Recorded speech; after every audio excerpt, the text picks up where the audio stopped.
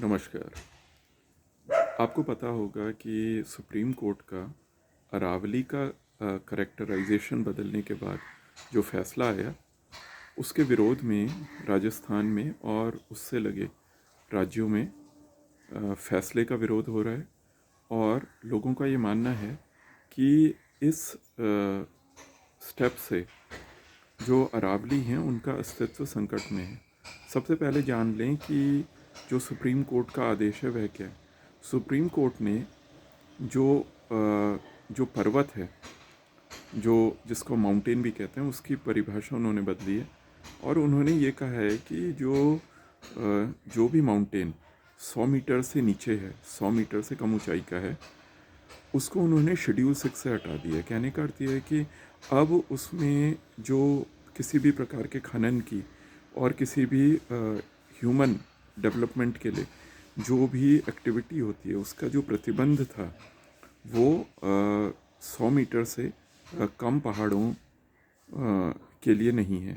कहने का अर्थ यह है कि अब जो भी अरावली श्रेणी में, अरावली पर्वत श्रेणी में जो भी पहाड़ 100 मीटर से नीचे हैं, उसमें विकास के नाम पर और जो भी एक डेवलपमेंट के नाम पर जो भी एक्टिविटीज़ हो सकती हैं, जिसमें खनन होता है, और ये जितनी भी एक्टिविटी हैं ये सारी वहाँ के लिए अप्लाई हो जाएंगे। अब जब से लोगों का आंदोलन शुरू हुआ है और इसको वे अरावली बचाओ आंदोलन के नाम से संबोधित कर रहे हैं, तो तब से जो केंद्र में नरेंद्र मोदी सरकार है, उसने ये कहा है कि केवल किसी डेफिनेशन के बदलने से, किसी परिभाषा के बदलने का मतलब ये नहीं है कि जो पहाड़ हैं वे वहाँ पर संकट में आ जाएंगे। उन्होंने राजस्थान गवर्नमेंट की ही उन्होंने जो उनका एक जो नियम है उसका उन्होंने हवाला दिया, जिसमें उन्होंने ये कहा कि हम वहाँ पर अरावलीज़ में या जो भी 100 मीटर से कम ऊंचाई के पहाड़ हैं, उनमें हम इस तरीके की किसी भी एक्टिविटी को करने से परहेज करते हैं, रुकते हैं। अब देखिए, यहाँ पर जो बात है, अब क्योंकि आज के समय में जो मीडिया है वह भी निष्पक्ष तो है नहीं, तो इसलिए यह प्रश्न उठता है कि जो लोग हैं वह अपना विचार किस तरीके से बनाएं। तो आइए इस पर एक संक्षिप्त से चर्चा करते हैं। देखिए, सबसे पहली बात तो ये है कि अगर किसी पहाड़ का जो उसका वह किस तरीके के प्रोटेक्शन में आता है, उसका करेक्टराइजेशन, अगर आप उसका करेक्टर अगर आप बदल रहे हैं, तो इसका अर्थ ये है कि वहाँ पर आप उसको अब जो सुरक्षा है वह उसको देना नहीं चाहते। अब भाई, जब आप किसी भी संसाधन को, किसी भी प्राकृतिक संसाधन को सुरक्षा के दायरे से बाहर लाते हैं, तो इसका तात्पर्य यही है कि आप वहाँ पर किसी डेवलपमेंट के नाम पर या किसी भी कारण से वहाँ पर आप उसके दोहन के लिए, उसके यूज़ के लिए आप वहाँ पर रूपरेखा तैयार कर रहे हैं। तो मुझे एक कानून के जानकार होने के नाते मुझे ये लगता है कि जो लोगों का आंदोलन है बिल्कुल सही है। और लोगों का यह मानना कि इस शेड्यूल 6 से के प्रोटेक्शन से किसी भी माउंटेन को, किसी भी पहाड़ को अगर आपने बाहर कर दिया है, तो इसका अर्थ ये है कि वहाँ पर फिर वेस्टेड इंटरेस्ट वाले लोग, वहाँ पर खनन वाले लोग और ऐसे सारे लोग जो कि प्राकृतिक संसाधनों की लूट करते हैं, उनके लिए वहाँ पर खुली छूट होगी।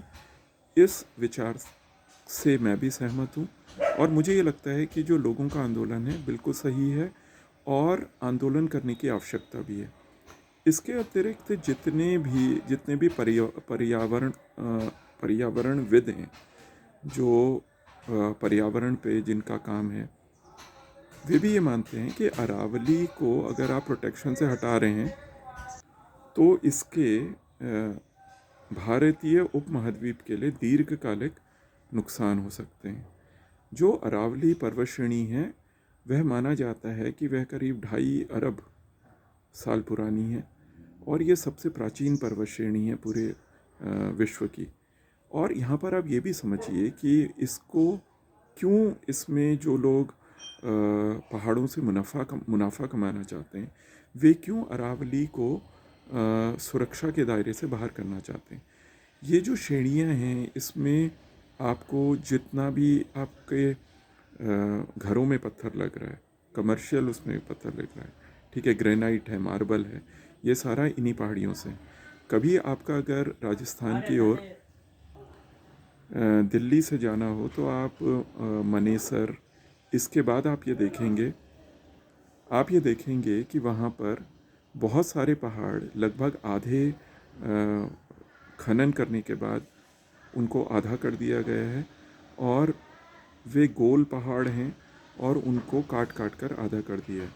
जो ये अरावली पर्वत श्रेणी है, ये आपकी उत्तर में दिल्ली और इसके दिल्ली राजस्थान के क्षेत्रों से शुरू होकर दक्षिण में गुजरात तक पहुंचती है और ये हमारे पारिस्थिति के लिए एक बहुत महत्वपूर्ण एक पर्वत श्रेणी है। इसके अतिरिक्त ये हमारे पर्यावरण के लिए भी बहुत महत्वपूर्ण है। जो भी हमारा वेस्टर्न डिस्टरबेंस है उसको भी ये रोकती है। जो हमारा थार रेगिस्तान है, जो रेगिस्तान है, रेगिस्तान को दिल्ली की तरफ और वेस्टर्न यूपी की तरफ बढ़ने से भी ये रोकती है। तो ये सारी चीज़ें हैं, तो इसको भी हमने समझना पड़ेगा।